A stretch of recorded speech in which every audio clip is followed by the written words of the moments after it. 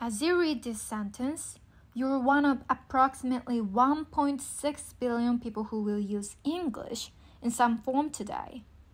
Although English is the mother tongue of only 380 million people, it is a language of the lion's share of the world's books, academic papers, newspapers, and magazines. American radio, television, and blockbuster films export English language pop culture worldwide.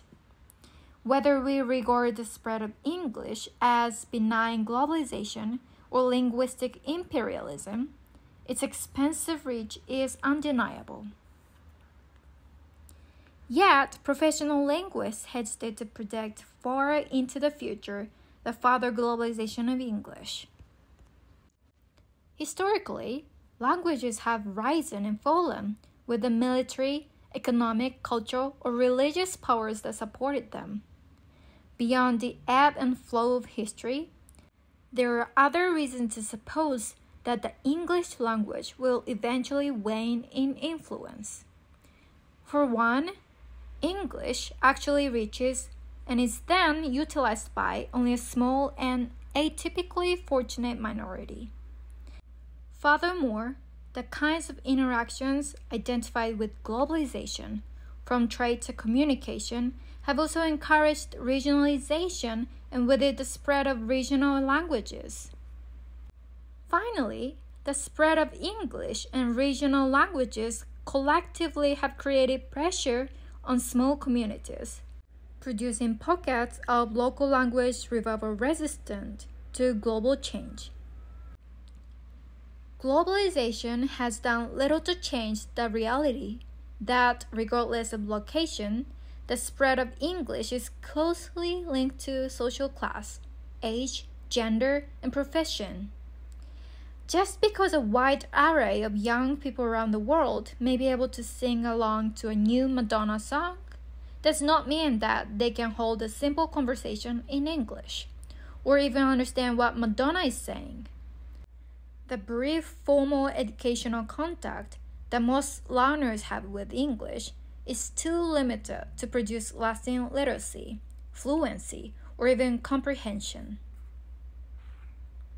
Indeed, for all the enthusiasm generated by grand-scale globalization, it is a growth in regional interactions, trade, travel, the spread of regions, inter-ethnic marriages, that touches the widest array of local populations.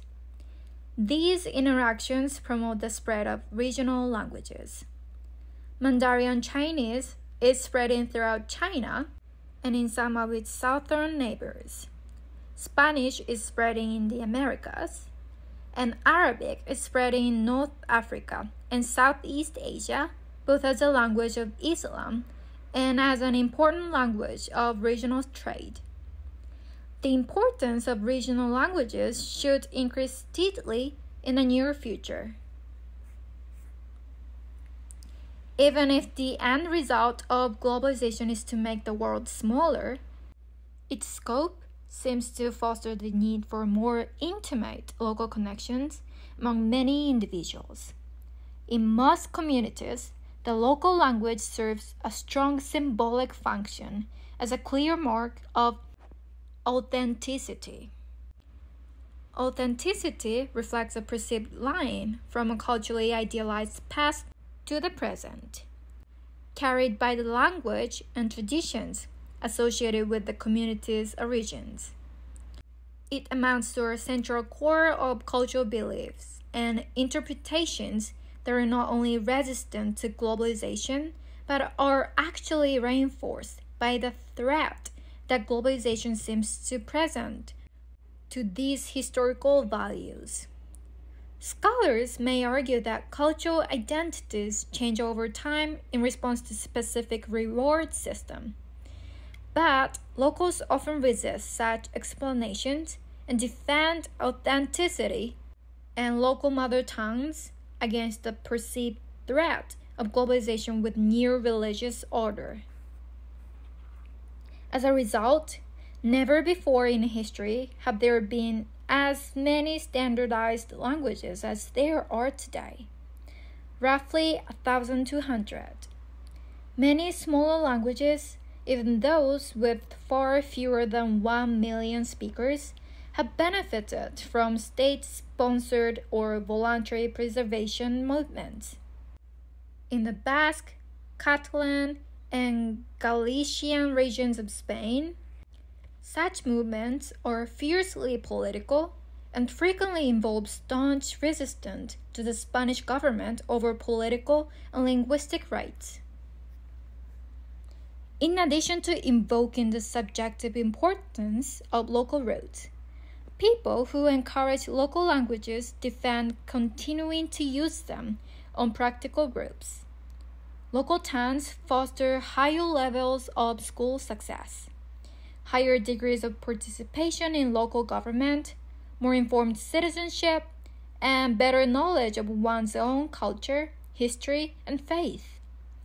Navajo children who were schooled initially in Navajo were found to have higher reading competency in English than those who were first schooled in English.